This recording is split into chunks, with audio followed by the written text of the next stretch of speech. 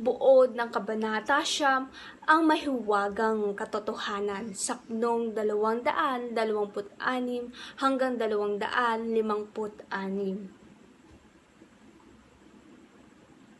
Agad na gumaling ang mga sugat sa palad ni Don Juan matapos itong pahiran ng gamot ng ermitanyo. Muling namangha si Don Juan sa hiwagang ipinamalas nito.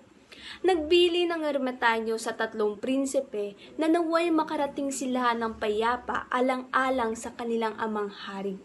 Nagbilin din ito na huwag sanang paglililo ang manahan sa kanilang mga puso.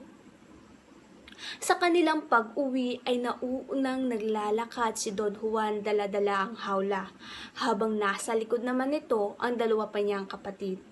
Palihim na kinakausap ni Don Pedro si Don Diego.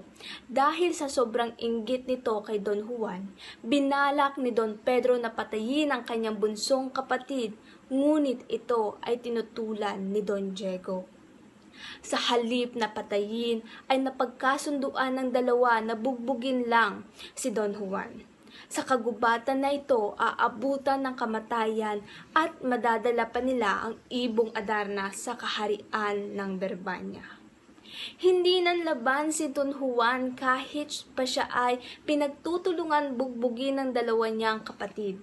Iniwan ng magkapatid si Don Juan na nakagulapay sa gitna ng kagubatan. Tumakas sila, tangay ang ibong Adarna. Buod ng Kabanata 13 ang pagbabalik ni Don Juan, saknong 340 hanggang 403.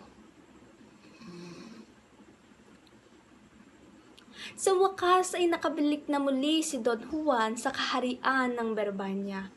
Namutla ang mukha ni na Don Pedro at Don Diego nang nakita nila ang bunsong kapatid. Unang pinuntahan ng prinsipe ang nakaratay na ama at lumuhod ito sa harap ng hari. Umawit na rin ang ibong Adarna at inilahad nito ang buong katotohanan. Habang nagpapalit ng kulay ng balahibo ay isinasalaysay ng ibon ang mga paghihirap ni Don Juan hanggang sa pagtataksil ng 2 niyang kapatid. Sa ika-7 awit ng ibon ay biglang nakatayo ang hari at nawala ang bakas ng karamdaman sa kanya. Sa labis na galak ng hari ay niyakap nito ang bunsong si Don Juan pati ang ibon. Inuutos naman ni Don Fernando sa mga kagawad ng palasyo na ipatapon ang mga taksil niyang anak bilang parusa.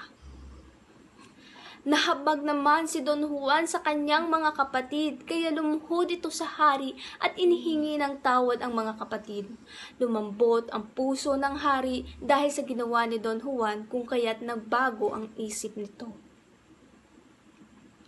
Ngunit binalaan nito ang 2 prinsipe na sa susunod na magtaksil ito ay kamatayan ang magiging kaparusahan sa mga ito. Masayang niyakap ni Don Juan ang 2 niyang kapatid. Bumalik ang kasiyahan ng palasyo dahil sa paggaling ng hari.